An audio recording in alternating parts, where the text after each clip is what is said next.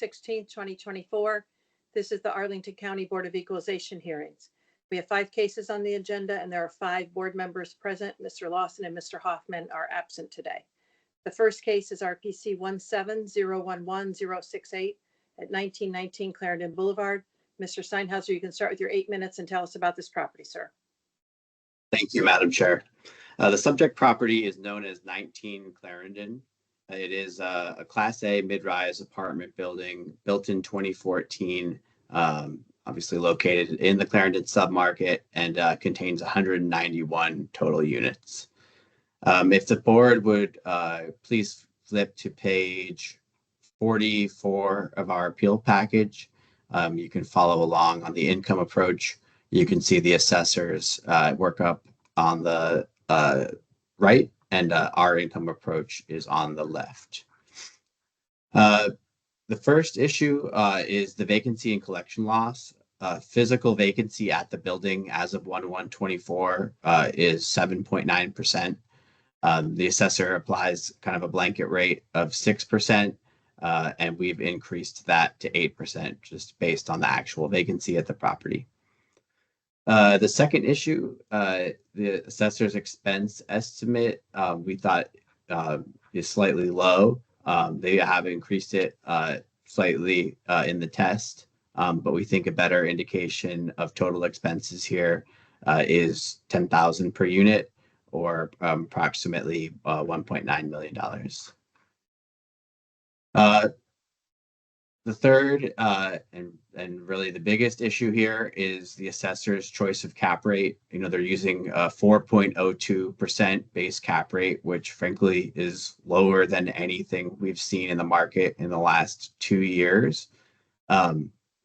Since interest rates started going up in March of 2022, the assessor has only increased their cap rate by 10 basis points for apartments, while PwC is indicating that there's been a 95 basis point increase in average cap rate over that same period of time. In fact, PwC's range for Mid-Atlantic apartments, the very bottom of the range, per their Q4 2023 report, is 4.25%. So the assessor's rate is not even within the range, of Mr. Korpaz's report. There are 2 sales that we have to look at to give us an idea of what an appropriate cap rate might be. You have the Jasper Columbia Pike as well as the Point at Falls Church, both are within Arlington County, and these sold at cap rates between 5.5% and 6%. We believe our subject property here is slightly, better location than those 2 properties. However, otherwise, it's very comparable, and we therefore apply a base cap rate of 5%. It's really, those are the 3 biggest issues. And lastly, I would just point out, kind of bringing it back to the test. What's frustrating to the owners is that when they have a low income year, the assessor, will often say, we don't just look at 1 year, we look at a 3-year average or a 4-year average. So, the income is never brought all the way down to that, low, whatever the low NOI was. It seems like when, the income goes up, which admittedly the income, of the last 4 years, this is the highest of those years in terms of income. It seems like the assessor, puts all emphasis on the high year, and the 3 or 4 year average kind of goes out the window. So that's just something we hope the board will give consideration in their deliberation. And that's all I have at this time. Thank you. Okay, thank you. Ms. Roskin for the county, please. Good morning, board members. Good morning, Grant. So first of all, if you'll note that on our summary page, on page 4, I included 2 test columns. Okay, I was looking at the first, after I did a rent roll analysis of the apartment and the retail, I thought, okay, maybe I'll do a test for this. If you look at our test column, the GPI is very close, almost spot on with what's being reported for the 2023. And when you get down to, because of our 6% cap rate for the apartments, which is more than what they're reporting there at about a total of 4.87. So obviously, our EGI is less than what they're reporting for the 2023. And then you follow it down to the bottom with the NOI for the test column. That is about 100,000 less than what they are reporting for their 2023. When you jump back over to the original January 1 assessment, our NOI is less than what's being reported for the January 2023 INE. So we feel that the January 1 assessment is well supported. Our cap rates are well supported. You've heard the arguments this year for cap rates. Our rates are within the ranges by PwC and RERC, and we believe that the properties adjacent to the metros are even more supported, which this property is. It's within 2 blocks of the Clarendon Metro. That's pretty much all I have for the moment. I'm open for questions. Okay, great. Thank you. I would just ask one question initially for Ms. Ruskin. The deduction of the 216,107, what is that? PPT, personal. And was that just, why wasn't that taken off of the original assessment? Well, first of all, I probably should not have taken off here because there aren't any furnished units for this property. I didn't realize that until after I had submitted this case. Okay. And Mr. Steinhaus, are you in agreement with that? I'm not in agreement that the personal property shouldn't be deducted, but no, there aren't any furnished units, if that's the question. So what is the personal property that's making up this 216 that you're using? It's equipment, gym equipment, pool equipment, couches, common areas, amenity space. Ms. Ruskin. I've also heard from Chris Chikas, our expert in apartments, that it also includes a lot of other personal property expenses that aren't addressed in our income and expense statement. And that's why we don't use that. We don't deduct it unless they have furnished units. Okay. All right. Other questions from board members? Mr. Matzkin. Question for the appellant. Was there any vacancy as 1124 in the retail small portion of this building? I don't believe so, no. It's just one retailer, isn't it?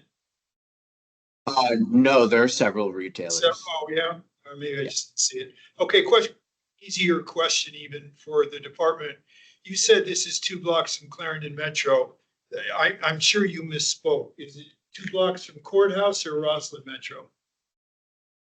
I don't think, did I say Roslyn? No, you said Clarendon. Clarendon. It's clearly not, but I thought this was between Roslyn and Courthouse.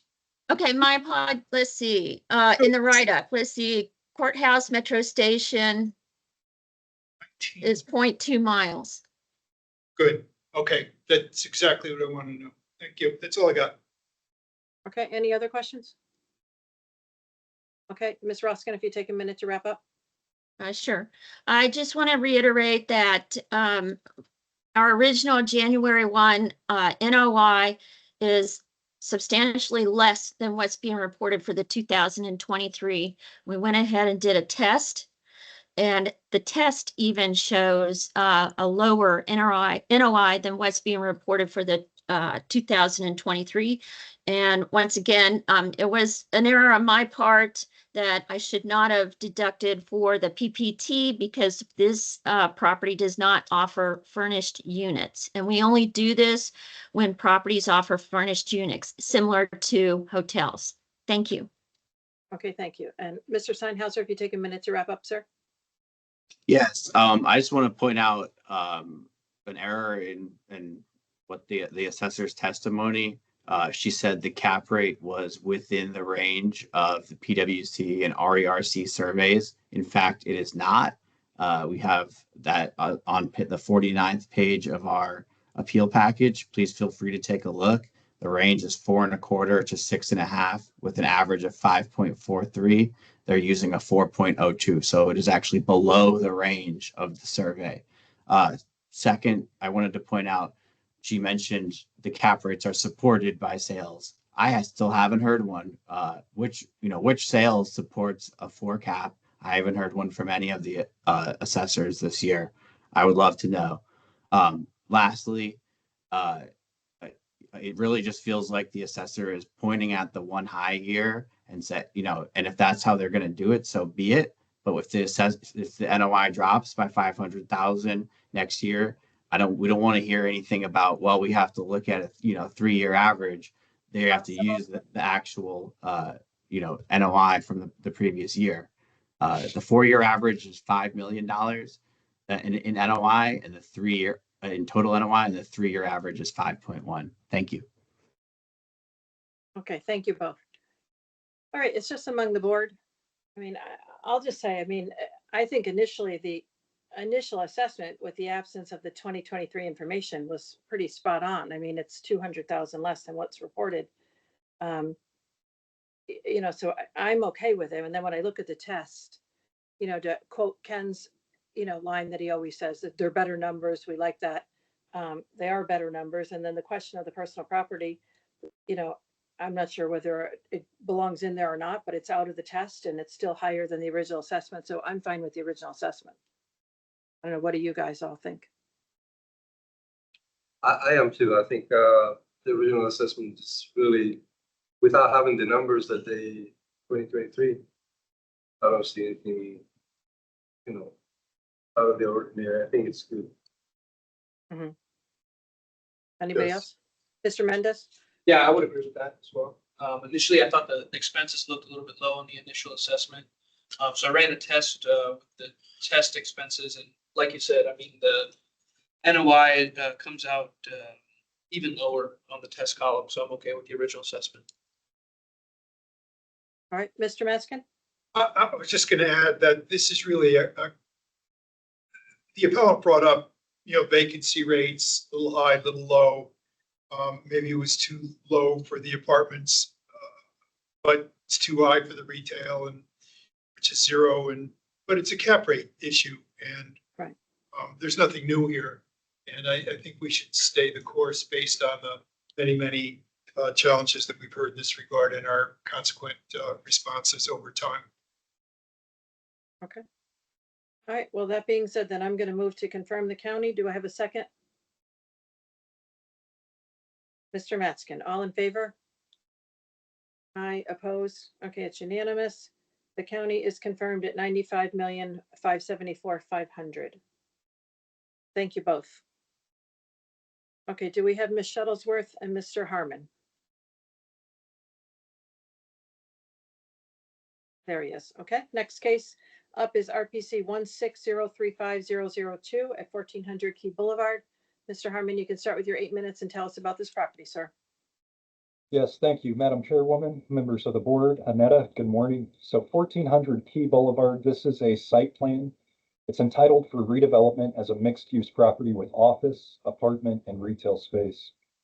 The issue on appeal is the rate the assessment assumes for office land. Now, if you'd kindly turn your attention to our grounds for appeal, this is shown on page 64 of the county's PDF. I'll go through the support for a lower value on this office development land.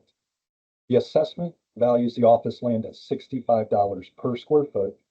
This rate is arrived at via a sales comparison approach to value. This methodology has not been updated since 2020. That was the last time the county changed these rates. It's not been updated to reflect multiple market sales that have occurred for office land in the county that show lower values are supported. Additionally, the county has not provided any sales that they relied on to arrive at the $65 per square foot rate as is required when you're conducting a sales comparison approach. Since the county uses the sales comparison approach for this development land, the county does increase these rates when sales support higher values. In fact, most recently, the county increased the office land rate from $60 per square foot of FAR to $65 per square foot of FAR on January 1st, 2020. This, of course, is just as the pandemic was taking hold and office values were about to plummet. The county also increased the office land rate between 2011 and 2013. So the county has increased the guideline land rates twice over the past decade based on market sales of office land. Since the pandemic, sales for office land have been lower. They've been lower than the $65 per square foot of FAR land rate. Using the sales comparison approach, as the county has done, when you look at market sales that support lower values, you should lower the guideline rate. Again, the county has not provided any sales that support their $65 per square foot rate. So now let's look to the sales that have occurred post-pandemic that support lower values. So first, in May of 2022, Amazon purchased 1101 South Fern Street. This was the last parcel to finish out their pin place assemblage. That parcel sold for $60 per square foot of FAR for office and retail land. What's interesting about this parcel is it was included by the county in one of the land cases last year and held out to be a good sale. This year, it's not even mentioned. So the second sale that's occurred over the past couple of years that supports lower office land rates occurred in November of 2023, just about 6 weeks before the date of value. This was for another mixed-use site plan, also in Roslyn. It was less than a quarter of a mile away from the subject. That property sold in November of 2023 for 24% less than the current assessment on that property that was arrived at using the county guideline rates. This was the Roslyn Gateway site plan. It sold for about $41 per square foot of office FAR. So we have two post-pandemic office land sales, both showing an obvious downward trend in the value of office land. First, the 2022 sale to Amazon, $60 a foot. Most recently, November of 2023, we see the Roslyn Gateway sells for about $41 a foot. So right at the beginning of the pandemic, 2020, the county raises the guideline rate from $60 to $65 per square foot based on market sales. Since the pandemic, no adjustments have been made based on market sales that come in lower than that rate. The county bases the current assessment on pre-pandemic land sales, sales which have not been provided. Yet the two land sales, again, that have occurred since the pandemic show that office land values are decreasing. This makes sense given the market dynamics for office demand in the market that's occurred since the beginning of 2020. Office values, of course, have decreased significantly because the profitability of offices has decreased significantly. Profitability has decreased, as we're all aware, due to decreased demand, increased vacancy, reduced rental rates, shorter terms, higher concessions, among other factors. We can quantify the decrease in office values by looking at properties that sold both in the years just prior to the pandemic and in the years since the pandemic. Doing this, we see that office values, existing office values in the Arlington County have decreased by about 40%. This analysis we provided on page 17 of the Wilkes-Argus board book. In addition to the profitability of office buildings taking a large hit since the beginning of the pandemic, which in turn reduces the demand and the value of office land, construction costs have soared since the beginning of the pandemic, along with the cost of capital. Taken together, the reduced demand for office product, the increased cost of construction, the increased cost of capital have contributed to what we see for market sales of office land over the past 2 years, lower values. We have the Amazon sale coming in at $60 a foot in May of 2022, and then the Roslyn Gateway sale at $41 a foot for office land in November of last year. Now, the county does not contest that the guidelines are based on the sales comparison approach. This is the only one that's applicable. There's three methods: income, cost, sales comparison. Of course, a site plan is not producing any income, so that's not appropriate. It doesn't have any improvements, so you can't do a cost approach. So it is a sales comparison approach. The county does not contest that market sales in 2022 and 2023 are lower. The county's response simply states that the guidelines are the guidelines. But the guidelines are based on a sales comparison approach that has failed to take into account any land sales that have occurred since 2020 and relies instead on pre-2020 land sales. Now, when we heard the sister property for this parcel, the county had in their write-up that they didn't consider this land sale, the Roslyn Gateway November 2023 land sale, because it occurred after they had set the guidelines. You know, of course, the date of value is January 1st. Any sales, especially market sales, when it supports a lower value, should be included. That comment was not included in the county's response to this one, but suffice it to say, we have enough market evidence to conclude that office land rates have decreased. And as such, the county's land rates on this assessment should be updated to reflect the market as it stood on the date of value January 1, 2024, and not the pre-pandemic market prior to January 1st of 2020. Briefly on uniformity, I'll refer to our board book where we provided reference to case law that's relevant in Virginia. Essentially, the Supreme Court of Virginia has stated when uniformity and fair market value are in conflict and you can't meet both, uniformity must take a back seat. Uniformity is not a safe harbor for assessments in excess of fair market value. If uniformity were a safe harbor, you know, you could impute any number, but as long as you do it uniformly, then you would have to uphold. But that, of course, doesn't follow logically. Uniformity is not a safe harbor to assessments in excess of fair market value. Thank you. Thank you. Ms. Shuttlesworth for the county, please. Yes, good morning, everyone. So the subject is the site plan for 29, approved by the county board in June 2014. The most recent amendment to the plan was approved in June 2023, and at that time, the site plan was extended until July 2025. It allows for construction of 513 square feet of office space, 274 residential units, and over 55,000 square feet of retail space.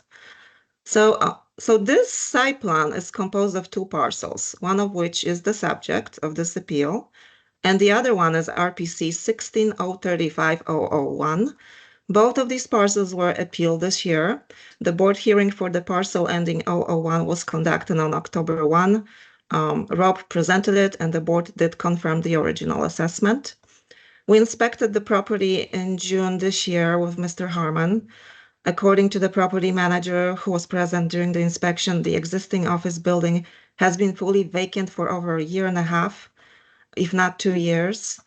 The site plan has a total lot size of 92,000 square feet, a little bit over 92,000 square feet, out of which 37.6% are allocated to this property, to this parcel. And the appellants are appealing the assessments based on the sale of Roslyn Gateway, which occurred in November 23.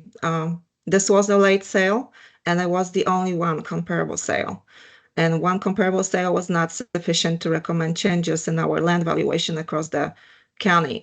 We valued this site plan just like another site plan in the county at $86,000 residential units within 0.5 mile from the metro station, and at $65 per square foot for commercial space. That is it. I'm open for questions. Okay, thank you. Questions from board members? No? Oh, Mr. Metzger. For the appellant, you mentioned two sales. One was Roslyn Gateway. What was the other one, please? It was 1101 to 1199 South Fern Street. That was Penn Place with Amazon in May of 2022. Right, you said it was sold at $60. It's a huge Amazon parcel. Got it. Thank you. Any other questions? Penn Square. Okay, Ms. Shuttlesworth, if you take a minute to wrap up. So again, about 2 weeks ago, the board heard the case for the second parcel, which is also part of this site plan. The board confirmed the original assessment for that parcel. Our subject parcel, which we're presenting today, was valued the same way as the other parcel and as all the other site plans in Arlington. The county board extended the site plan until July 2025, and I asked the board to confirm the 2024 assessment of $22,763,200. Thank you. Okay, thank you. And Mr. Harmon, if you take a minute to wrap up, sir? Yes, thank you. So the assessment is based on a sales comparison approach. The county does increase that guideline rate as sales support higher rates. It was increased between 2011 and 2013, and again between 2019 and 2020 as sales supported higher values. It has not been touched since, as sales have come in supporting lower values. We have the Amazon sale in May of 2022 that was at $60 per square foot of FAR. A caveat about that one, it was the last parcel to complete their assemblage to, this is part of where the double helix is going down in Crystal City. So, that's $60 a foot. It's lower than the current guideline rates. It may have been higher than market because of the necessity of completing that assemblage, but regardless, there's a second sale November of 2023, Roslyn Gateway, which is 0.25 miles, less than a quarter mile away from the subject. Sold for about $41 a foot of office FAR. Thank you. Okay, thank you both. All right, is this among the board members? Or is everybody? Mr. Penaranda? Again, I'm okay with the current assessment the way it is. I was looking at the other parcel that we confirmed a couple of weeks ago, and that assessment just individually for that parcel, the rate was even higher. It was at 66.41, and we did confirm that. That assessment increased from last year. This one is decreasing, so Right. I'm okay with it. Okay, Mr. Matskin? What do you mean, 66? It was assessed at 66 plus a square foot and not the standard 65? Right. Do you remember why? That's the rate that they use when they. I thought 65 is the standard. Why would it be anything It other? was the way they spread the Allocated. allocated. But it was computed at 66. Oh. Interesting. All right, anyone else? No? All right, well then I will move to confirm the county. Do I have a second? Recommend. Mr. Penaranda, all in favor? Aye, opposed? Okay, it is unanimous. The county is confirmed at $22,763,200. Thank you, Ms. Thank you, Shuttlesworth. Okay, board. we have Mr. Thank you, Peralta. Jordan. Okay, RPC 14053-057 at 950 North Glebe Road. Mr. Harmon, you can start with your 8 minutes on this property, sir. Yes, thank you. So 950 North Glebe, this is a 250,000 square foot office. It's located at the corner of Glebe and Fairfax there in Ballston. This building was built in 2005. The 2024 assessment is an increase over the 2023 assessment, despite actual NOI reported at the property decreasing year over year. Now, this appeal essentially boils down to the question of how do we assess this property, knowing that it had leases that are set to begin in the future at various points in 2024 and beyond. Our analysis in column G2 on the county's test page treats the property as it stood on January 1st, 2024, with the vacancy rate at 50%, which correlates to 124,000 square feet of vacant office space. Now, the county's assessment and the county's review treat the property as it will exist at some point in 2024 or 2025 or beyond, with future tenants imputed as occupying space and paying rent in the building as of January 1, 2024, when in fact these tenants were not in the building, were not paying rent as of the date of value. Now, as I'm sure the board's aware, when a property is being reviewed and that property has the reverse, they have tenants who are known to be leaving in the current assessment year, or certain instances where the tenant may have left on January 31st of the year and we had an inspection in November of the prior year confirming they had left early. The county and the board have both treated those tenants as in the building until their lease expires, since they're paying rent and under contract to lease that space. In this case, we have the reverse. In this case, the county is asking the board to adopt the opposite position, to count tenants who may be coming to the property in 2024 and 2025 as actually in the property and paying rent as of January 1, 2024. That's essentially the long and the short of this case. We've analyzed the building uniformly on an equalized basis, looking at it as it existed on January 1st, 2024, with the tenants in place, as you can confirm on the owner's certified rent roll that the county has included all the way back on page 130 of their PDF. Now, additionally, Mr. Peralta also followed up to confirm the actual vacant suite numbers as of January 1, 2024. This information was provided to the county, as you can see on page 49 of the appeal. It is worth noting that on page 50, we did request more information on the issues that the county seemed to be trying to resolve and attempting to come to a resolution before a hearing. We did not receive any response on this. So it appears the information we provided cleared up any confusion that there may have been as to what was actually vacant as of January 1, 2024. We didn't follow up on it because we thought what we had provided, both with the 2023 INE, with the 2024 assessment appeal, and then in direct response to Mr. Peralta's emails, we thought we had solved the issue. But then, when we received the county's response, we saw that the information we really worked diligently to provide to the county did not actually make it into the final analysis. So just to reiterate, the confirmed vacant space as of January 1, 2024 at the property was 124,000 square feet. That equates to 50% of the total NLA. Now, that's what it was. There's the county's assessment and their review impute tenants who are going to occupy and pay rent in the future in 2024 and 2025 as actually being in there and paying rent as of January 1, 2024. You can see from our appealed value in column G2 that the cost associated with leasing up the above market vacancy is significant. So this is going to the DFL. Even if we accept all of the county's assumptions in their test in column F, deducting 1 year lease up at the county's test rate of $40 per square foot for the excess vacancy at the property is a deduction of over $2.14 million. Then deducting leasing commissions at the county's rates of 6%, assuming a 5-year lease term, leads to another deduction of $640,000. And finally, assuming only $90 in TIs is a further reduction below the line of $4.8 million. All in all, this leads to a below the line deduction that should be used for this property, as it has for similar offices in the county, of $7,601,890. The fact that the county's test column doesn't allow for a DFL for this property that has 124,000 square feet of vacant office space as of the date of value throws the assessment out of uniformity with other properties.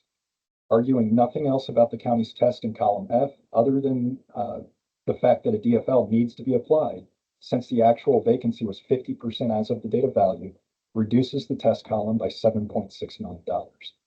The actual vacancy was certified by the owner and submitted to the county on the 2023 INE. This is on page 149 of the appeal.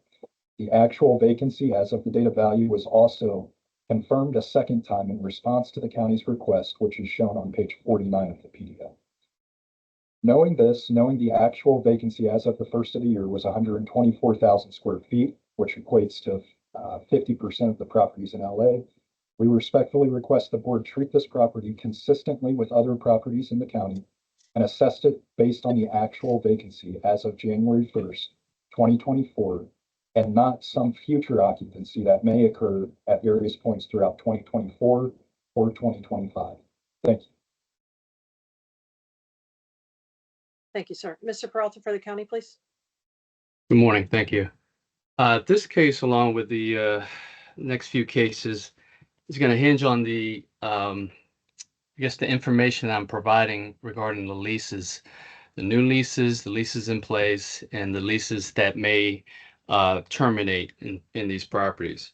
So looking at this particular case, you see that my comments sections is quite lengthy because there's a lot to cover as far as the new tenancy, who was signed in 2023, who was signed in 2024.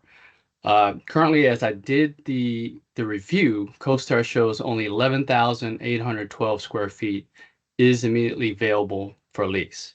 So that speaks to the sort of projection for this property. We know that this property is significantly leased in 2023 and 2024. Now, whether the rent roll reflects that is much to be discussed. When looking at the original assessment, we found when looking at CoStar that 48,099 square feet was vacant in the property. And that's, with every case, with every property, I look at CoStar and see, what leases have been signed prior to, January 1 or as of 1/1/2024. Through my research, 48,099 square feet was vacant at the time of valuation. Now, upon review, the rent roll states 123,472 square feet is vacant. And that's why I questioned Mr. Harmon. Please provide all the leases that have been signed thus far, 2023, 2024. 2023 gives you an indication of, what vacancy is currently in the property as of 1/1. 2024 leases gives you an understanding of what the vacant space would rent for, would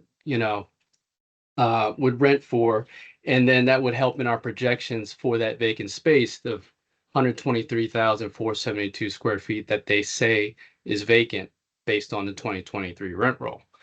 Of the leases that I've asked for 2023, and that totals 59,142 square feet, Mr. Harmon only provided 2 leases that total 10,437 square feet.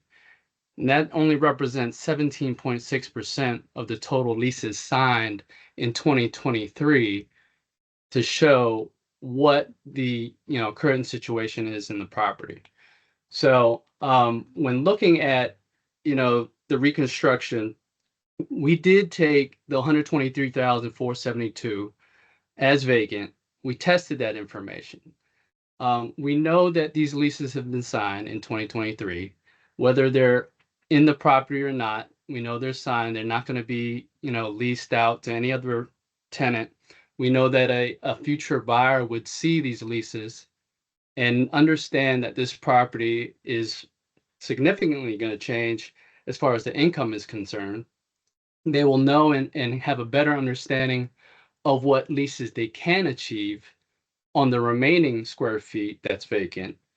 And therefore, that's why I asked, for those leases. We've seen in the past that they've redacted leases just to keep the anonymity there. But in this instance, you'll see in the email that I sent to Mr. Harmon, he only gave me a few points as far as, this is the amount of months that are being abated. This is the concessions. This is what we feel that the net effective rent is.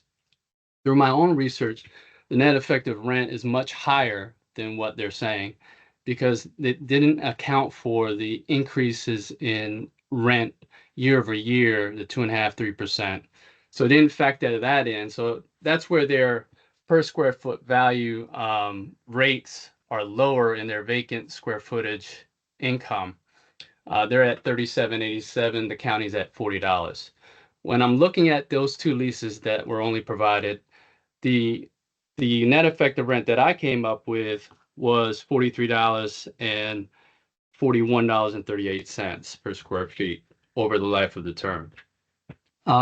So that's where we're coming up with our figures with the test. If you look at it, given the original assessment, we're within, or actually lower than the past 4 years. 2020 to 2022, the net operating income was much higher. They did report a lower vacant square footage for 2020 and 2021. In 2022, you'll see that there was a large increase in vacancy, and that shows and reflects in the huge drop, almost close to 2 million if you round up. You see the figures there from 2021 to 2022, 8.2 to 5.7. And the county took that to heart when we did the 2024 assessment. You see that our NOI was capped. We used 5.5, and the most recent 2022 is 5.7. Now you see the drop in 2023.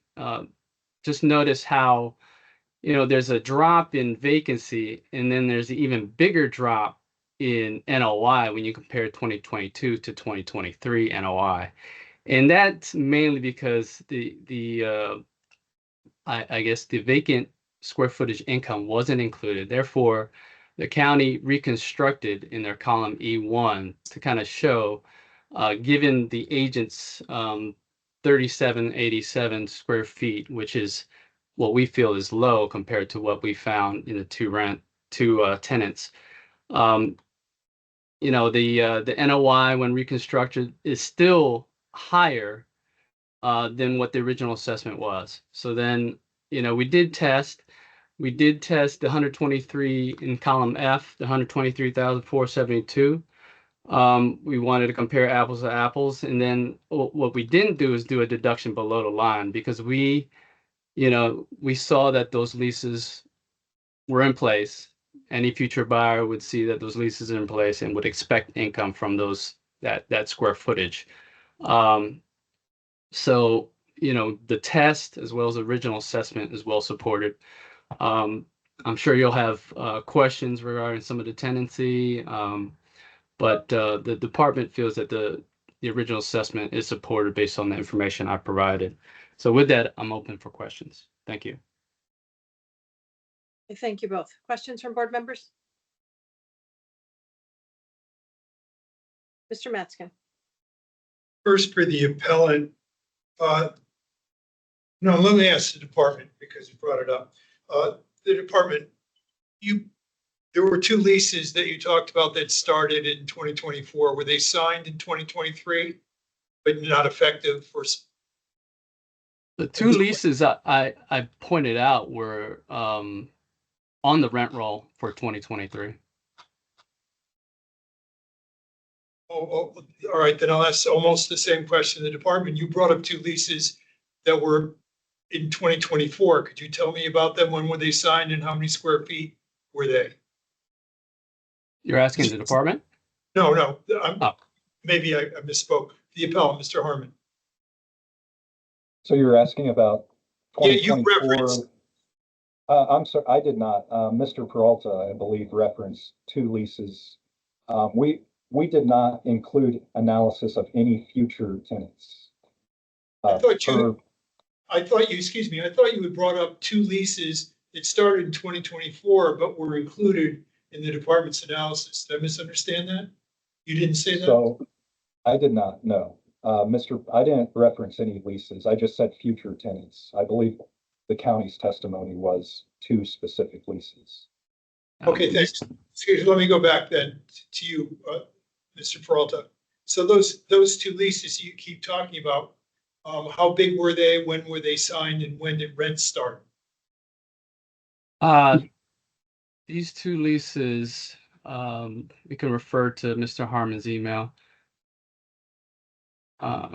We did mention 2024 leases, but that was to show the future projection for the property. Mr. Harmon did mention that he said leases were signed that would start in 2024, and then the county is taking that in consideration. So that's exactly what Mr. Harmon said. So that is not exactly what I said. I'm sorry. Well, okay, not exactly. Okay. But Can you not interrupt each other, please? Thank you. Sure. And Mr. Peralta. I'm trying to find out about these leases. I thought Mr. Harmon referenced them. Mr. Matzkin, one of them begins March of 2025. Another begins October of 2024, and the other one begins December of 2024. And were they all signed in 2023, Mr. Harmon? I'm not sure when they were signed, to exactly. I can look for that, but I'm not sure exactly when they were signed. Okay, let me ask you this. I'll ask you both serially, Mr. Harmon first. The vacancy rate, the vacancy square footage is in column F, the test, 123,000 plus. Do you agree with that at the data value? Okay, Mr. Yes, Peralta, do you agree with that number as well, the vacancy amount? Yes and no. I tested at 123, but I didn't give the below deductions because the 2023 leases were in place. The two, just to confirm, the two leases that I reference are DeepSeek Inc. And Straight Line Inc. And they're on page 51 of 146. And this is where Mr. Harmon gave the two leases that only represented 17.6 of the leases that I saw were signed in 2023. And the DeepSeek had 6,569 square feet, and Straight Line had 3,868 square feet. And they were signed in 2023, are gonna start paying rent in 2024? Well, they started in 2023. those They are probably the signed only prior leases. to that. Mr. Harmon, go ahead. Those are the only leases that were in place as of the date of value paying rent. In the property paying rent, not future, but actual as of the first of. Okay, given that there are solid leases on 1/1/24, were they not a part of the vacancy rate of 123,000 plus? That's correct. Those are So- counted as occupied. Talking Yes. about. Okay, so I'm gonna go on faith and say that you both agree that the 123,000 plus was vacant on the date of value. I understand, Mr. Peralta, you're talking about there are other leases coming if we're showing up as signed in 2024, and that would affect a potential buyer. I mean, you said that a couple of times, and I heard that. I said two different things. The 2023 leases that were signed, I had asked for all the leases that were signed. Only two were provided. That represented 17.6% of the total 59,142 square feet that was signed in 2023. I also said that there were leases signed in 2024 that were not considered Yeah, in the good. valuation in the test. Excellent. Excellent. Okay, but based on that, I'm still gonna go with the 123,000 plus, which makes it, what was it, 49% vacant, I think was the number. Is that right, Mr. Harmon? Yeah, 49.5% vacant. And that's so correct. Yes. with that, I don't know, I'm going to the department. Regardless, Mr. Harmon's going responses to you and your responses to him and all of that, it seems that it was almost 50% vacant, but there's no below the line deduction in your test. Could you go over why you did that? Absolutely. What I thought, well, actually, in principal anticipation, you don't have to anticipate that there's going to be 123,000 square feet vacant on the property. We know that only as of the date of value, my estimation is 66,377 square feet vacant. I tested Wait, before stop. cap. Where'd you get that? Excuse me, where'd you get that number? 66,000. So I took the 123,472, deducted out what was signed in 2023, which was 59,142, and the residual was what I found, 66,377. You don't agree that on the data value, it was 123,000 plus vacant, but only 66,000 plus vacant. What I did and what we've done in the past, actually, if the big tenants have vacated the property, we've done that same thing before cap. We've accounted for what was on the rent roll, but made adjustments below the line. And that's what we've done in the past. And you'll see that in this case, it's the same thing. It's not a question of have these tenants signed, and is this square footage, the 59,142 leased or not? They are leased. I asked specifically in the emails, please provide the leases for these properties, for these tenants, and it wasn't provided. Right, nonetheless, am I going down a rabbit hole? I mean, I'm not Yeah.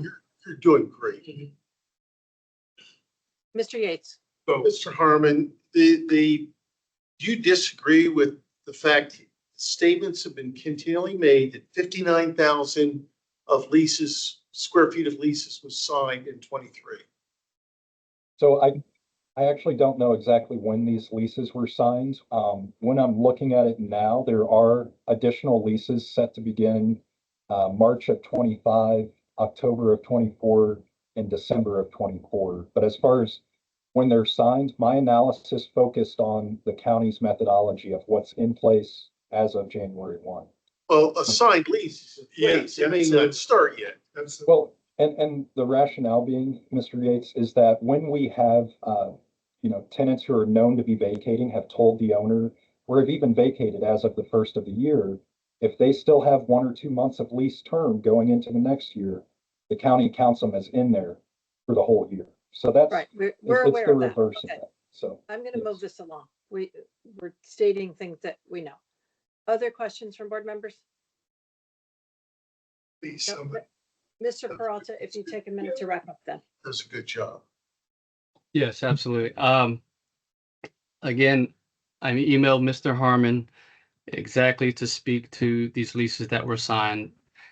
He didn't go on record on email. He didn't go on record today saying these leases were signed in 2023. I feel that they are, CoStar shows that they were signed in 2023. My test reflects that, and therefore it supports the original assessment. That's all I have. Thank you very much. Thank you. Mr. Harmon, if you take a minute to wrap up, sir.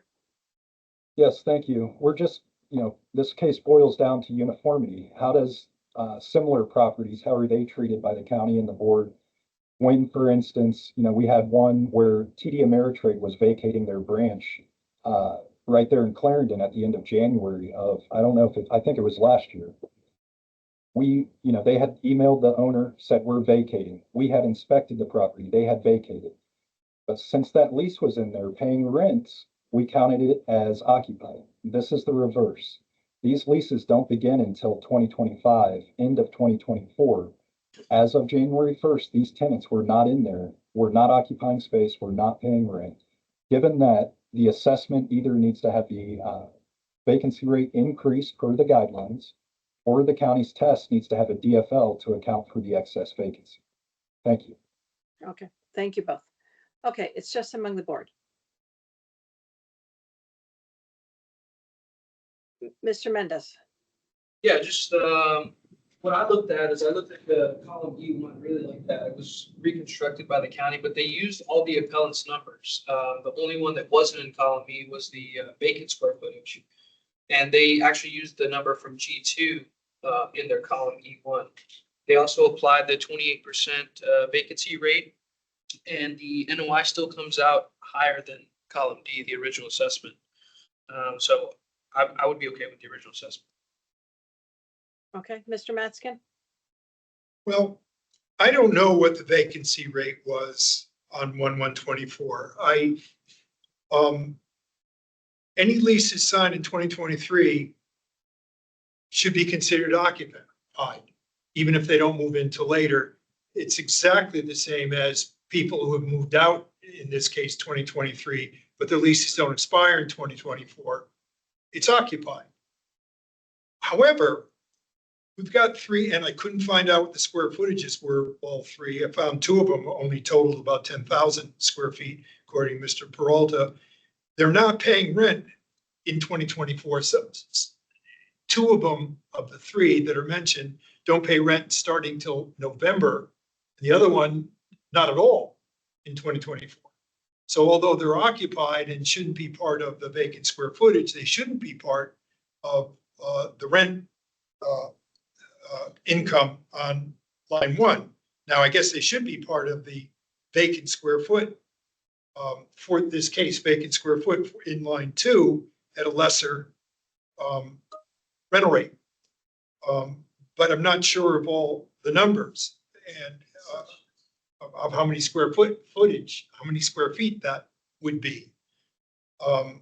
So I'm having, now if this 59,000 square feet that the department referenced was all signed up in 2023, then that brings down the vacancy rate to about 28%, 27, something like that, close enough.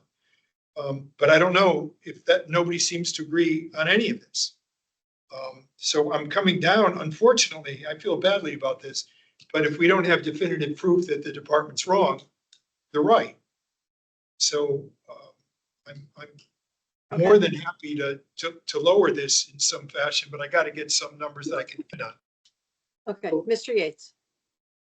What I'm looking at is those leases are signed and they're not paying rent until November, whatever.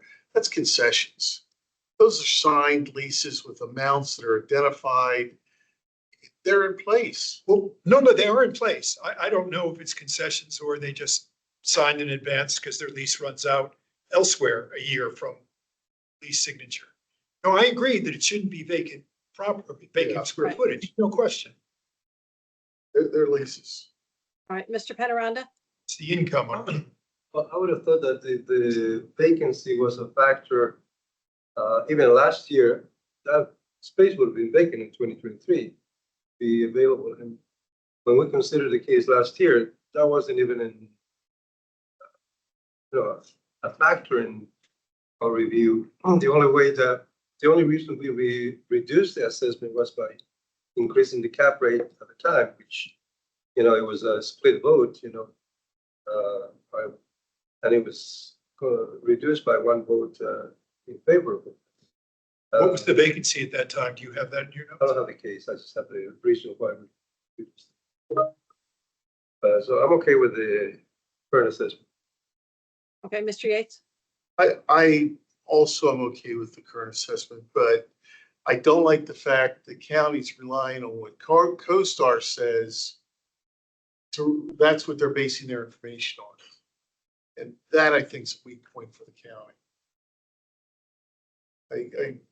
I'd rather them find the facts, and I think they've tried and they didn't get the information. Okay. All right, would somebody like to make a motion then? No, I have another point, please, Madam Chair. Okay, I'm briefly. gonna take it, I'm good, okay? I'm gonna take it a different way. At the date of value, the place was almost 50% vacant. And the operating expenses were pegged in the test column at $10, which is kind of what the operating expenses have been historically. And based on what Mr. Penaranda said, that we lowered it a bit last year, he doesn't know the exact vacancy rate, but since we changed the cap rate, it probably had a lot to do. Raise the cap rate last year to lower the valuation probably had to do with vacancy. So this is an argument that the appellant didn't make today, but is made often, and other appellants have as well, that you can't peg a vacancy rate for a highly vacant building. I'm sorry, an OpEx rate for a highly vacant building at pretty much what the actual is. So I changed the $10 in the test column to $11 and increased, and I can do the exact math, but about $250,000 of OpEx, which would lower, therefore, by definition, the valuation, given that we have no below the line deductions of about $250,000. And I can do the exact math if you wish, but if you follow my logic. But Right. I My don't only think- concern, Go ahead. my only concern with that is, the original assessment, forget about the dollar amount per square foot, is 2.4 million. They reported 2.272. So they're already giving them more. Even in the test, they gave them more. So I don't see any need to increase expenses. Because then that's going higher than, Yeah. what they're reporting. Like, I think that's already factored in. Well, no, looking at columns A through E minus D, of course, it's in the high $9 a square foot. And the department in D put in 10. And I'm saying that's a very, very small amount for building this highly, a small amount of increase for a building this highly vacant. Right, but again, I think sometimes you get lost in the dollar per square foot. If you look at in all of those, and remember, they're using different square footage for net leasable areas on all of them. But if you look at it, it's 2.4, 2.3, 2.2. Forget about what it comes out to the Yeah. square foot. The actual number itself, I mean, it could be $40 a square foot. I don't care what that number is. I care about the 2.4 million. However, all of that being said, I think you're alone out there on that approach. Mhm. So I agree. I'm gonna move for someone to make a motion then.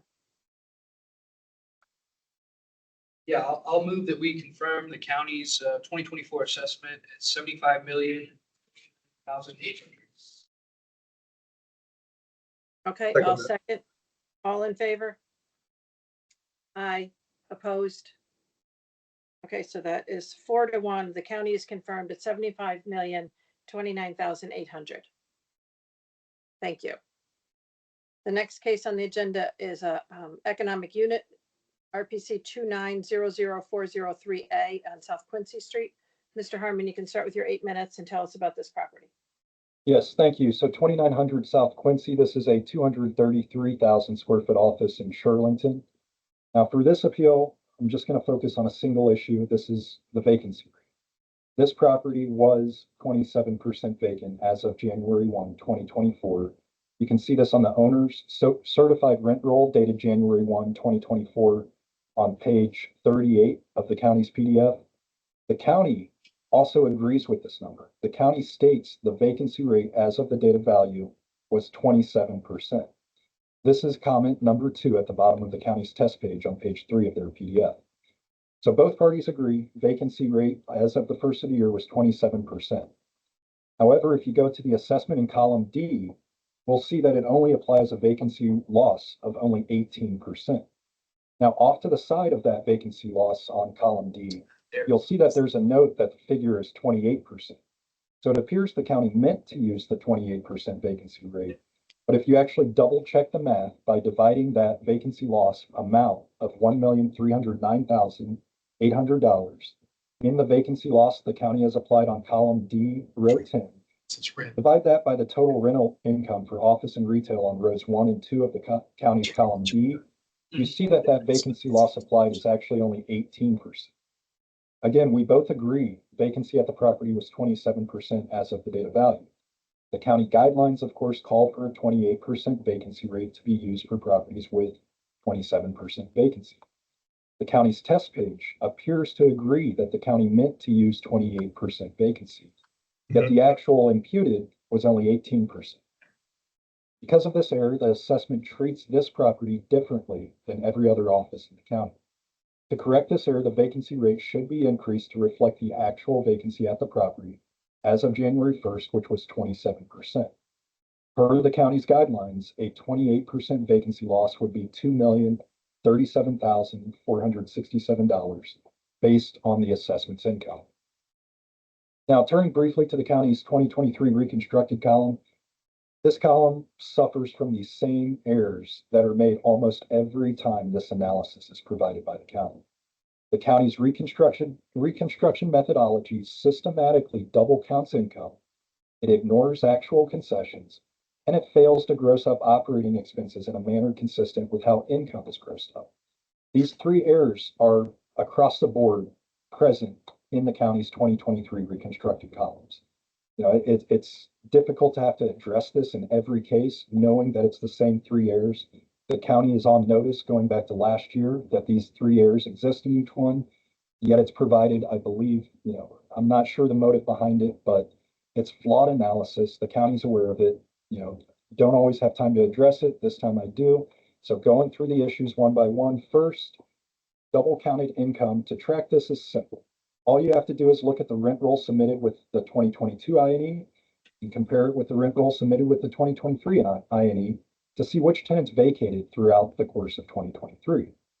We know the county looks back over these rent rolls, so making an adjustment to avoid double counting income should be very easy for them to do.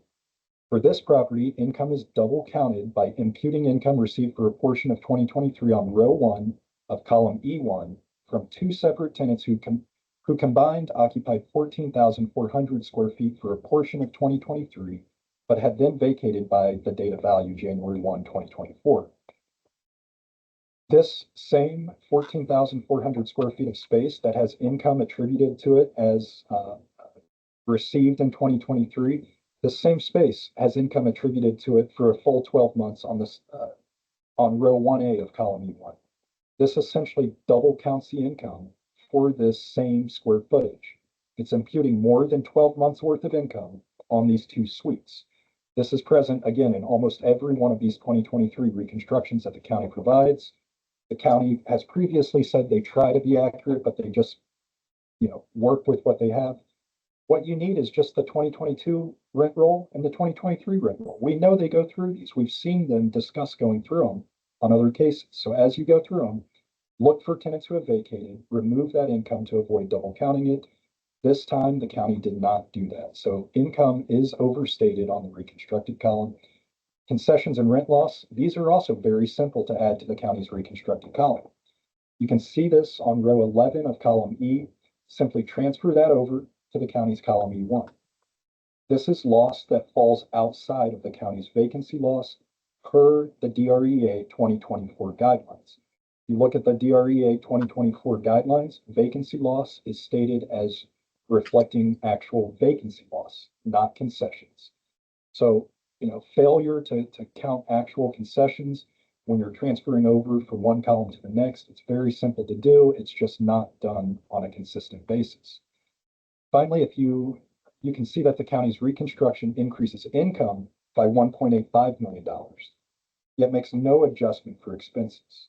Ostensibly, the increase to income, aside from double counting income, is to try to impute income on vacant space that may have existed. Why were no expenses grossed up the same way? I mean, if tenants, if you follow that logic train through, the county is essentially saying, well, if tenants were in this space, this is what they would have paid.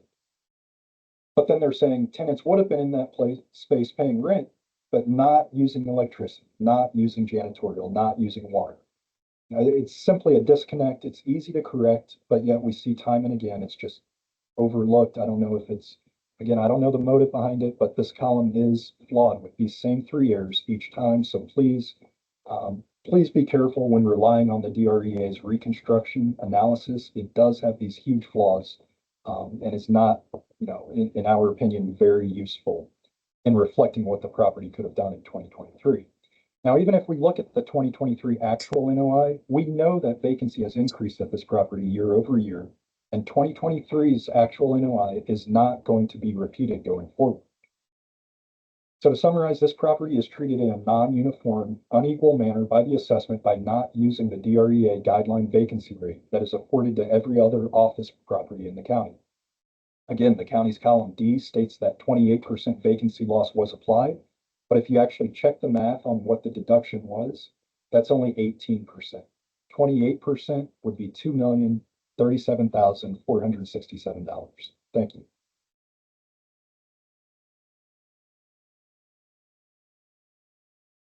Okay, thank you. Mr. Peralta for the county. Yes, thank you. Again, as I stated, these cases are going to focus on the tenancies, the new leases. As of 2024, in column D, the county found only 35,530 square feet vacant. And that's due to our research and what we found in the 2023 and 2022 rent rolls or the INEs. They didn't really state that no new tenants or no tenants were leaving to affect that 62,463 square feet in the 2023 rent roll. So 35,530 square feet divided by the 235,433. We were at the 18%, 16% vacancy for this property. And that's why we used 18%. The 28% is an error. It should say 18%. We did feel that as of January 1, 35,530 square feet was vacant. Now, upon review, we did see that the rent roll shows 62,463 square feet. When looking at CoStar and looking at all the new leases, we did see that maybe 35,033 square feet transacted in December of 2023, but no new leases were shown in the 2023 rent roll. So there again is the disconnect from what the department researched and what was shown in the rent roll. Now, it could be exactly what Mr. Harmon spoke about. If they didn't start their leases, it wouldn't reflect in the rent roll. But we know that these leases were signed in 2023. And also, there's some sublet square feet that was deducted out from that 62,463. Despite that, the county tested the 62,463 square feet as vacant. So we're removing that discussion off the table. We understand that we see in CoStar leases signed, we understand that there's sublet square feet being leased and being projected as vacant, but it's leased being subletted. So therefore, in the test, we tested the 62,463. With that, it still provides or lends support for the original assessment. You'll see that the original assessment is at 3.9, whereas the actual income reported with no income for the vacant space still far exceeds what the county projected in the original assessment if you compare NOI alone. And then with the addition of the agent's 1.4 million for vacant income, that drives up that reconstructed potential gross income number. And then we deduct out the 28% from the reconstruction. I know it shows 18, but it should be 28%. I apologize. But that 2.3 million in the reconstructed column for the vacancy in column E1 is 28%. So it does represent 28% as it should when considering the 62,463 square feet. So therefore, again, when looking at all the variables that were included in the 2023 INE, that rent roll, that actual income, if you look on column E, row, I believe that's row one office income, that 6,089,821 represents only a partial picture of what should be achieved. You'll see that there's two new tenants that signed leases and were part of the rent roll in 2023. The two tenants is Incumbe Inc., and they started in October 1 of 2023. And then Intelligence Security and Security Academy, they started, they have two separate leases or two spaces. One started in March 1st of 2023, and the other started May 1st of 2023. Both those were 10-year leases, and then Incumbe was a 6-year lease. And so when they show the actual income reported in 2023, it's shy of those months that those two tenants were not in place and not paying rent. So that actual number is still low when you look at the rent roll and you kind of figure out what the potential gross income should have been for that year, based upon just those two tenants alone that had partial income streams for 2023. So even at that, the county in their test lower for the leases in place as far as the total income. And so therefore, the county asked that the board confirm the original assessment based on the test. And that's all I have for now. Thank you. Okay, thank you. Questions from board members? No? Okay, any final comments, Mr. Peralta? I don't. I just want to stress that the original assessment is far lower than what the actual income reported in column E was. So I think the original assessment still confirms. Thank you. Okay, thank you. And Mr. Harmon, if you take a minute to wrap up any final comments, please.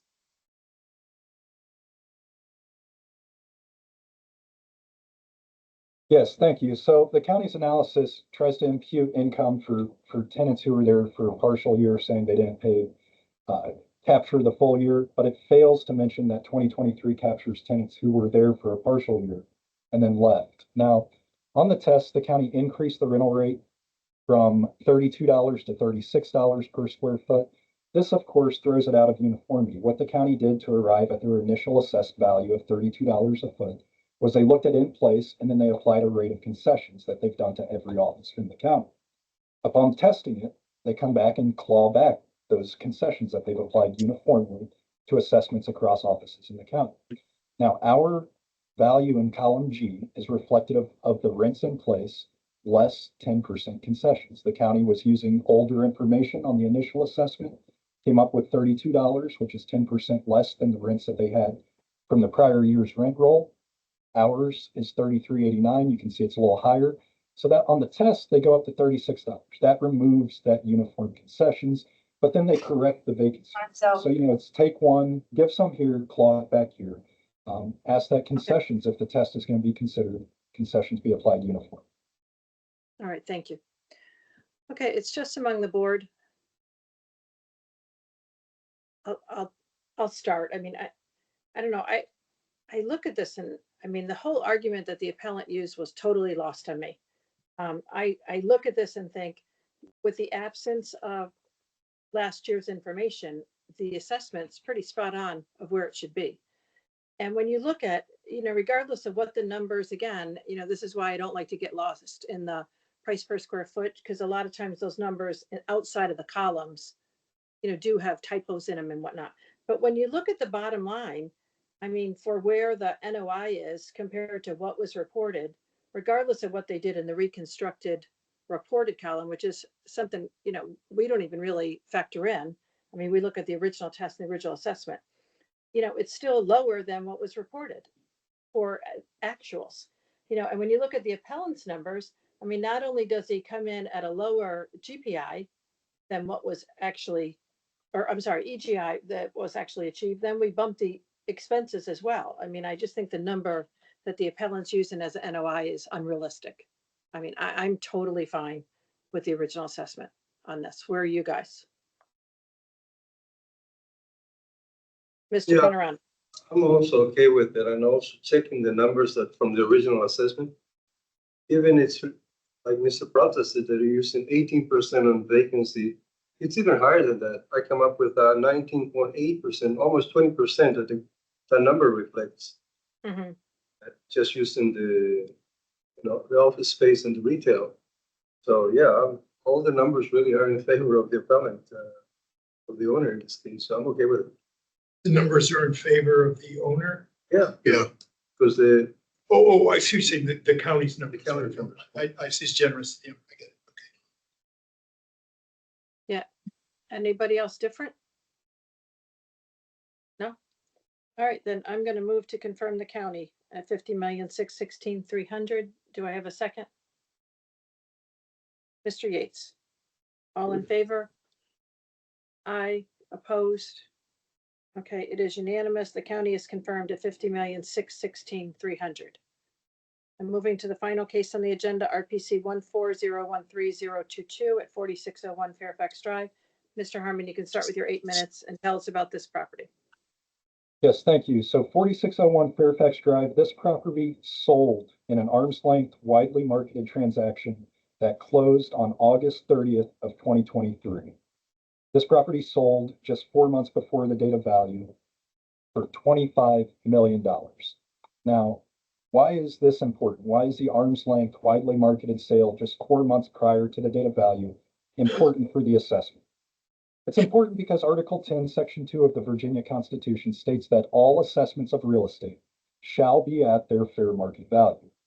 So the highest law in the state says assessments shall be at their fair market value. So what is fair market value as defined by Virginia law?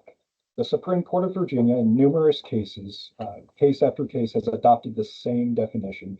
I'm going to quote from Tuckahoe Women's Club versus Richmond, where the Supreme Court stated fair market value in Virginia is, quote, the price which it will bring when it is offered for sale by one who desires, but is not obliged to sell it, and is bought by one who is under no necessity of having it. This is still quoting. That definition has been repeated without change in many subsequent cases. End quote. So to tie this all together, the Constitution of Virginia requires real estate assessments to be at fair market value as defined, as I just stated. How do the facts of this property's August 30th, 2023 sale for $25 million align with the Virginia definition of fair market value? Well, it was sold by one who desired but was not obliged to sell it, and it was bought by one who is under no necessity of having it. So by those facts, the sale meets the Virginia definition of a fair market value sale.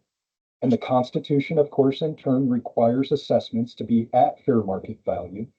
Therefore, we can conclude that the assessment for January 1, 2024 should be at that fair market value definition price of $25 million.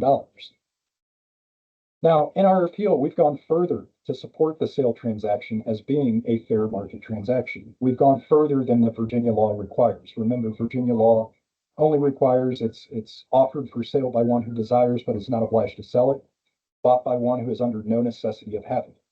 We went further. Our appeal begins after all the previous owners' financials are shown on the county submission. Our appeal begins on page 84 of the county's PDF. Here you can see an overview of the sale process for this building. It was initially taken to market by JLL, of course, one of the largest brokerages in the country. Originally taken to market by JLL in October of 2021, went under contract in early 2022 after a marketing process, but fell out prior to closing. Then the property was relaunched to the market in October of 2022. The October 2022 marketing efforts included teasers sent to 9,000 qualified investors, 119 confidentiality agreements signed, 19 investor tours, and ultimately 2 bids received for the property. The seller accepted the best offer received. This information is all included on pages 93 and 94 of the PDF, and this is all information directly confirmed by the listing broker with JLL. Also included with the appeal on pages 85 to 87 is the settlement statement showing the August 30th, 2023 closing sale price of $25 million. We've also included the special warranty deed that was recorded that recorded the August 30th, 2023 sale at $25 million with the clerk of court. This is shown on pages 87 to 92. So having gone through that, the county's response does not contest the validity of the sale or of the sale price in their response. The county, of course, by law is required to provide us with their response that they intend to present today. That response doesn't include anything discussing the sale or the sale price. The county's website does not state the sale was not a market sale. Essentially, the county ignores any discussion of the sale and focuses on their model, valuing the property via the income approach. Now, in Arlington County Board v. Ginsburg, the Supreme Court of Virginia stated that a recent sale is to be given substantial weight, stating further that where there has been a recent sale of the subject property, of course, such sale should be considered and that ignoring the sale is improper. Here, the county has ignored the sale contrary to the dictates of Virginia law. So to summarize, the property was widely marketed by one of the largest brokerages in the country. It was sold by a willing seller who desired but was not obliged to sell it, and was purchased by a buyer who was under no necessity of having it. These facts have been confirmed and presented as evidence in the appeal.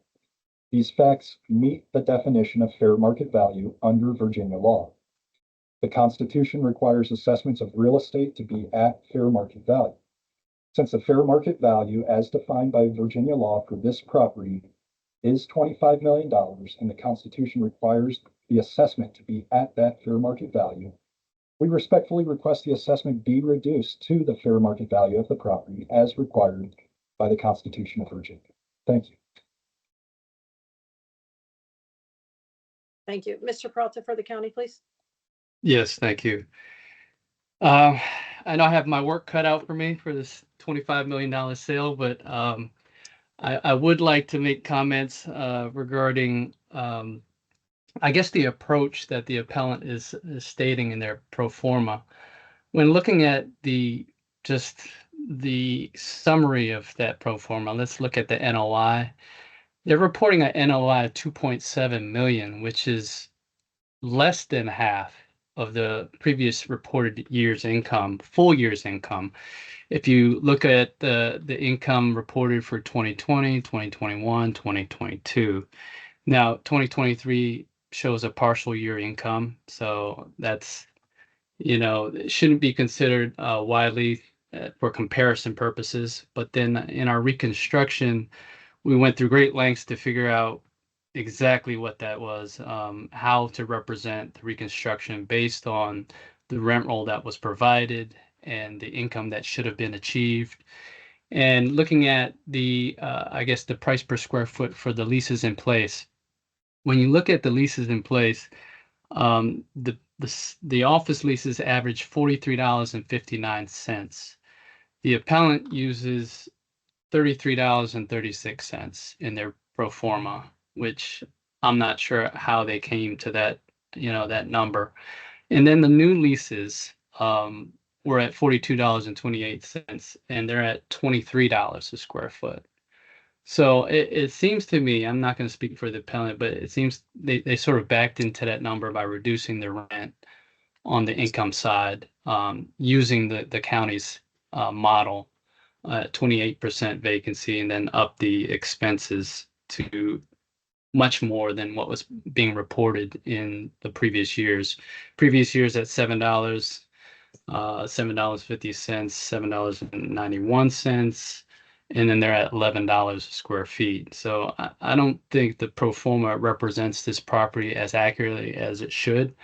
In addition, when looking at this sales price, of course, we're looking at this as why did this sell for $25 million? When looking at this property, we did know and understand that there was a huge tenant leaving. I made note of this GSA tenant leaving. They have headquarters in DC, and that was probably to the disadvantage of the owner selling the property. They knew that this big tenant was leaving. They didn't really have anything to stand on, and probably, was giving sort of a discount for the 20, to arrive at the 25 million. In addition to that, we know that there's other sales in the county that suggest, the board just heard a sale yesterday in which the board confirmed 1501 Langston Boulevard, where they confirmed the original assessment. It sold for 16.2 million, and then the original assessment was at 15 million or so. And, that came out to $190 a square feet. Now, if you apply the same principle as you've heard the appellant done in the past, based on sales comparison, the dollar per square foot, if you do $190 per square foot for this property, it caps out at $46,189,000, which is higher than the original assessment. In addition to that, we know that the new owner plans for residential units. So you can almost see this is a teardown for, and would lend support for our land rates. The land currently for this property is at 16.4 million, and essentially this sold for 25 million for redevelopment. So with that, it's a again, I know it's an uphill battle, but that's the information that I'm providing. Open for questions. Thank you. Okay, thank you both. Questions from board members? Mr. Yates. To the county, there's no official plan in place for the redevelopment of this property. I think they did provide a conceptual plan, but nothing approved by the county. No. I did include the article on starting on page 7 of 109. Okay, other questions? None? Okay, Mr. Peralta, if you take a minute to wrap up then. I don't have more to add. Thank Okay. you. All right, Mr. Harmon, if you take a minute to wrap up, sir. Yes, thank you. At risk of beating a dead horse, I just want to go on record in Article 10, Section 2 of the Virginia Constitution, of course, states that all assessments of real estate shall be at their fair market value. Fair market value, in turn, has been defined repeatedly under Virginia law It's a price it will bring when it's offered for sale by one who desires but is not obliged to sell it, and is bought by one who is under no necessity of having it.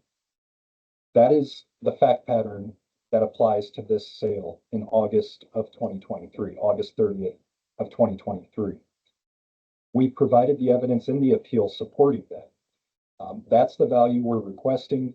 Sales comps later in 2023 did trade for less. You saw 1616 Fort Myer sell for 83 a foot. This property sold for 102 a foot. Those are more comparable based on tenancy and location than the sale that Mr. Peralta has brought up. However, at the end of the day, the sale is the sale is the sale. Thank you. Okay, thank you both. All right, it's among the board.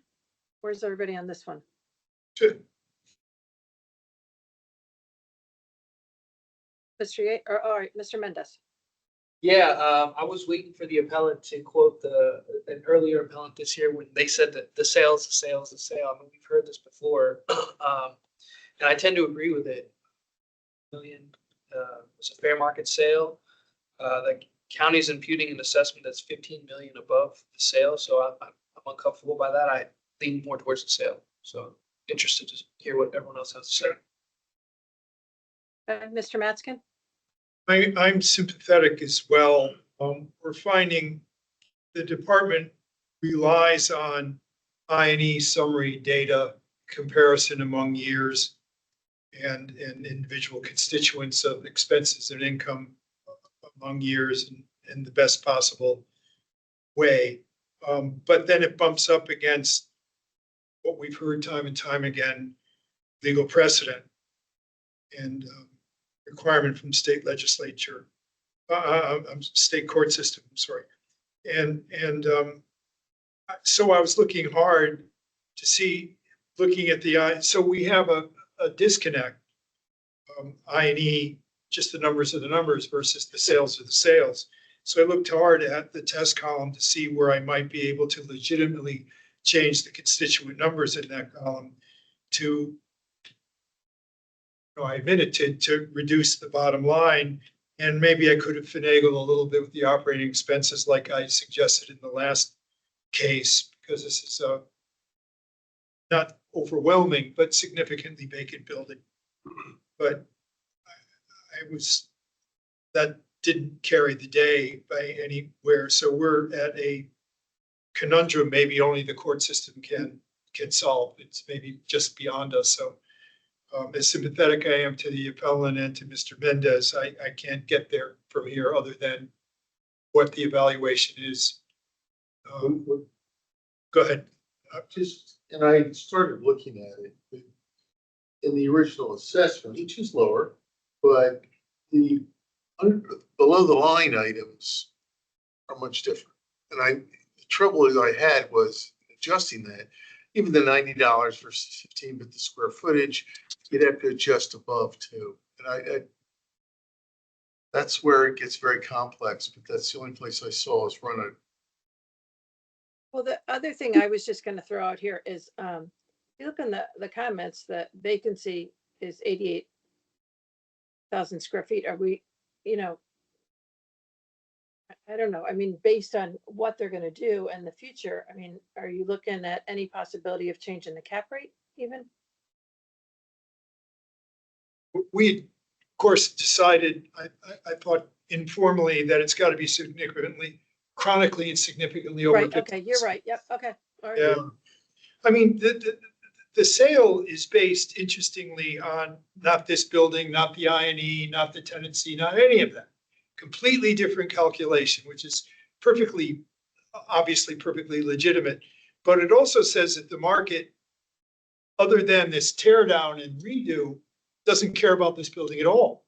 Certainly not at the $25 million level, which argues positively for the appellant's position.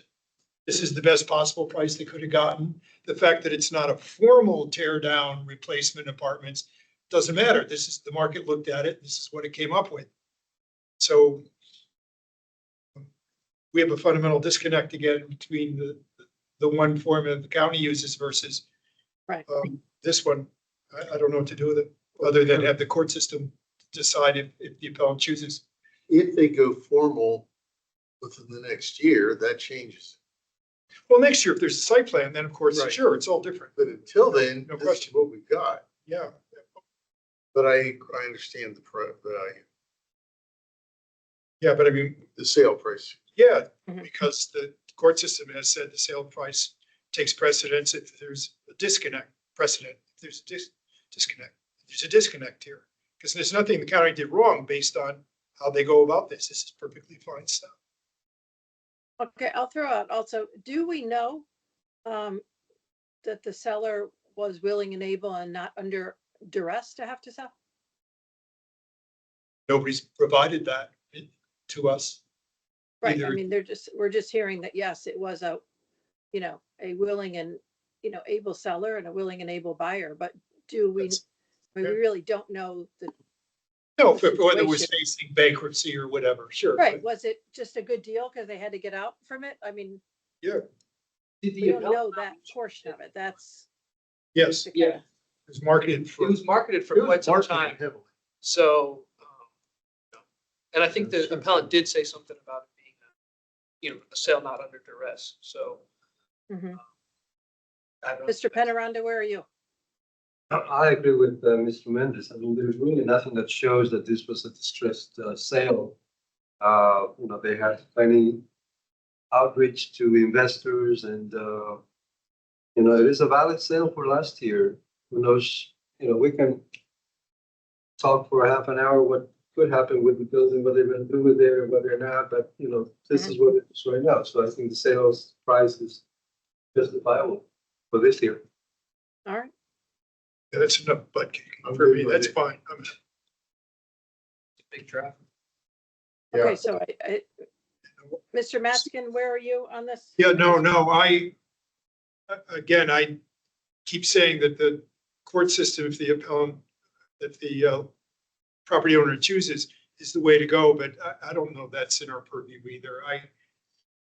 It's uncomfortable I am is one data point for a trend. We have so few data points ever for large buildings like this that I'm happy to go with Mr. Perenda's point of view. Yeah, and I mean, in defense of this data point, it's the sale price. It's not just a data point.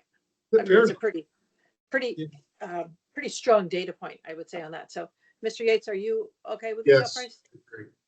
All right. Somebody like to make a motion then? Mr. Penrod? Sure, I'll go ahead and move that we reduce the assessment to $25 million based on the sales price for last year. I'll second that. Okay, a motion and a second by Mr. Mendez. All in favor? Aye, opposed? Okay, it is confirmed. The assessment has been reduced to the 25 million based on the sales price of the property in August of 2023. Thank you. Thank you all. Okay, that completes the Thank you all. agenda. Does anybody have any business needs to be before the board? No? Okay, then we will stand adjourned at 10:38. Reconvene next Tuesday morning, October 23rd, virtually at 9 a.m. Thank you, everyone. Of course. That's what I'm referring to there. When she pays. Yeah. So this is. Okay, Mary, recording.